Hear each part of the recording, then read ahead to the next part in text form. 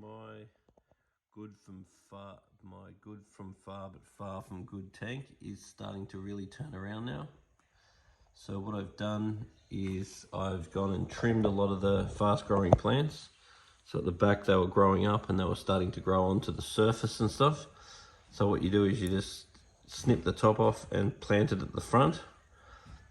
And then that basically doubles the amount of strands that you have in the tank for these bunch plants to start growing. And then as the tank starts to get more and more overgrown, I can start removing some of these fast growing plants and focus on the slow growing plants. And you can see that the slow growing plants now are starting to look really nice. So they're the slow growing plants and they're the faster growing plants.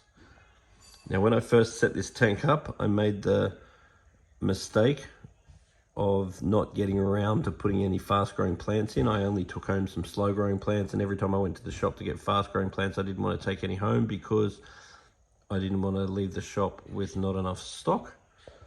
So I left slow growing plants in here for too long and they got completely covered with algae and they looked disgusting and the whole tank was a big load of crap.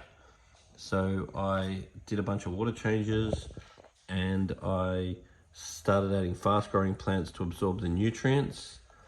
And the other thing that I've done is I am now dosing Easy Carbo because I found that that was actually really good.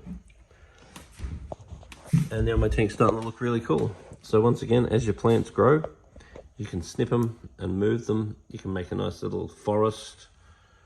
And then eventually when you get too many, then you've got to start getting them out of the tank. But this tank is starting to look really nice now. Very little effort, lots of reward.